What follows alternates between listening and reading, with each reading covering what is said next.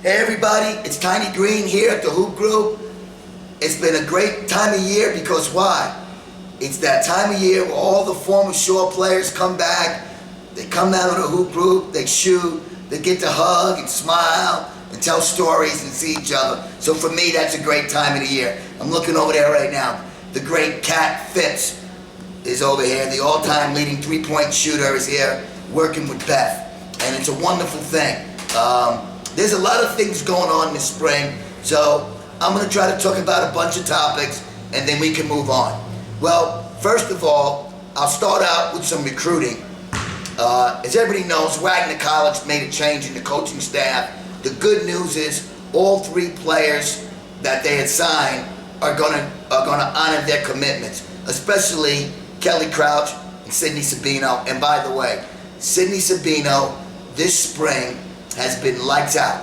One of the most improved players I've seen going from high school to college this time of year. They usually don't make that improvement until they get on the college campus, so I'm happy for Sid. And of course, Kelly Crouch, she's decided to stay at Wagner. She's had some people that have expressed some interest, but she thinks she's found a home at Wagner, and we're happy for her. Now, more news. Of course, today, the great Stella Clark, the Energizer Bunny, made a verbal commitment to Northeastern University. It's tremendous, and what a job by Coach Cole, getting that young lady. Because let me tell you something, for Northeastern, that is a major recruit because this kid is a program-changing type of kid at that particular level of play. So Stella, you know I love you. You know I'm so proud of you. I know the decision was not easy for you. I know that. But I'm happy for you, hon. And of course, the great Addie Masonis is going to Wagner as well. So the Manasquan backcourt is all squared away. They're off to college. Ella Masonis, Lisa Kokoda, Bob Green, the Manasquan family, tremendous. Anytime a kid's going to school, getting a free education, Tiny Green's happy. So that's a wonderful thing. Now, let's talk about what's going on now the rest of the spring and the summer, because we're going to have a lot of kids here who are going to be asked to make decisions. Some kids are going to wait. I mean, let's be honest, everybody's waiting for the Kimmy Evans decision. We don't know what Kimmy's going to do. She may go to an academic school. She may go to a Big East school. She may go to an ACC. Who knows where Kimmy's going? I do know this. I get to see her every Monday at MBS. And let me just say this about Kimmy Evans. I've been doing this forever. And I'm talking about even on the boy side. She has the best hands I have ever seen for a big kid. It's just incredible. You throw it there and it's like, whoop, I got it. She's phenomenal. But anyway, we'll be all waiting on those decisions. We have a lot of kids in the Shore who have offers, who be thinking about making decisions. Now look, my guess right now is we have 12 locked Division I players, and at the end of the summer, that number could be 16. Here's the problem. We have a big group of kids this year, more than any other year, sitting on the fence. Now, some of those kids are going to eventually go to Division I, some won't. I will say this, the Division II schools, you better be paying real close attention. And why? I was talking to a college coach the other day. For whatever reason, this particular class, we don't have what we call gym rats. We got kids who love the game, who work hard, but they're not necessarily gym rats. And I believe some of those fence sitters are going to drop to the Division II level. So if you're a hustling Division II school, you're going to make some money and get some kids. I do know this. You have kids like, I can't think of her name, Molly Weiss. How can I forget Molly Weiss? Molly Weiss and Ellen Stoll. Like, I think those type of kids, they're going to wind up falling this way in their Division I plays. Like, to me, Ellen Stoll is an absolute steal, a steal for the Patriot and the mid-major teams. And Molly Weiss, look, I'm not sure any kid has developed and raised her stock at her position like Molly Weiss.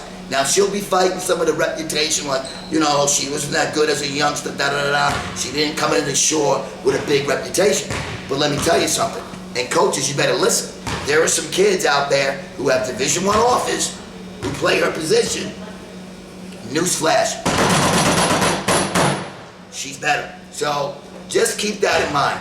Now, here's something that I want to discuss. It's very important for me to discuss this. The 8th grade class, they would be wise to get in the gym and start preparing. And in a month and a half, those kids will start their high school career. So I hope they take the time and the energy to focus on working hard and getting better, not taking time off. All right, now that's it on that stuff. I want to talk about another part of recruiting, and this is really a sore spot with me. Look, you're getting ready to go to college, or be recruited by a college, I should say. Look, these elite camps are a must for many of you kids, but you can't go to elite camps and not tell your AAU coach that you are going to be attending an elite camp. And you certainly can't do that the week before you go. These are things that can be planned well in advance. On the flip side, the AAU coaches, and you know who you are, stop telling these kids not to attend college elite camps. Now, unless you're going to pay for a kid's education, here's my thing. That kid has every right to get as much exposure as that kid can. And don't tell me missing a weekend tournament is going to affect something that goes on in the middle of July. Now, you know that's not right. Some of it's about control and telling kids what to do and where to go. Stop that, because it's wrong.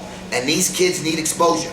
Now look, if you play for Mary Beth Chambers and the Jersey Shore Elite, you play for the Central Jersey Cardinals, or one of these elite AAU teams, you know, the St. Rose AAU team, if you play for one of those teams, look, you're going to get a ton of exposure. But many of these kids don't play for elite teams.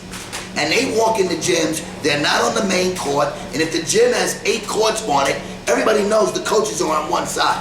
So stop telling these kids not to go to elite camps to get exposure. Now, on the flip side of that, you kids got to understand that if you're going to go to elite camp, you must prepare yourself. You have to call the coaches, find out if they're recruiting your position, and make sure, ready, you're admittable. Because if you're going to visit the Princeton Yale elite camp and you got a tiny green GPA and SAT score, you're pretty much wasting your time. So you need to know these things. So the recruiting period is about being prepared and getting yourself exposure. Now, the final thing I'm going to say about recruiting is this. Keep your recruiting to yourself. Make sure that you discuss it with your family, and that's it. And ready? You better not have a third party in your recruiting. Because if you do, trust me, it's not going to go the way you want it to go. Now, this is real stuff from Tiny Green trying to help you. I hope you will listen. I hope your parents will listen. Let me sum up with this. The academic elite is back. We took a year off last year because of Tiny Green's great organizational skills. We did not get certified. This year we're certified, and ready for this? There's going to be a gym packed with coaches. Here's a prediction. This will be our biggest list of coaches ever at Academic Elite. That's right. You know why? Because instead of Tiny Green sitting around, I'm actually going to call people and say, get to Academic Elite, and if you don't, I'm going to be pissed off. So hopefully the Academic Elite camp is going to be great this year. So I hope everybody is working hard in the gym, putting time in, staying focused. You cannot become a better player watching others. You cannot become a better player playing 2 days a week, practicing 2 days a week, and thinking you're going to get better. It's the things you do outside of your practices and outside of your games. We have a 3-week mini session coming up here at the Hoop Group. Make sure you jump in that. It's perfect. We've never done it before. It's set up just before July to work with your practices. The summer camp stuff is all set up, and then we'll go from there. One more thing. Hey, Jess Laurel, get over here. Hurry up. Hurry up. Jess Laurel, run. Hey, this is Jess Laurel coming for a workout today. My girl is down at Middle Tennessee, one of the best programs in the country. You know I'm happy to have you back, Laurel. I love my girl, Laurel. This is Tiny Green saying, see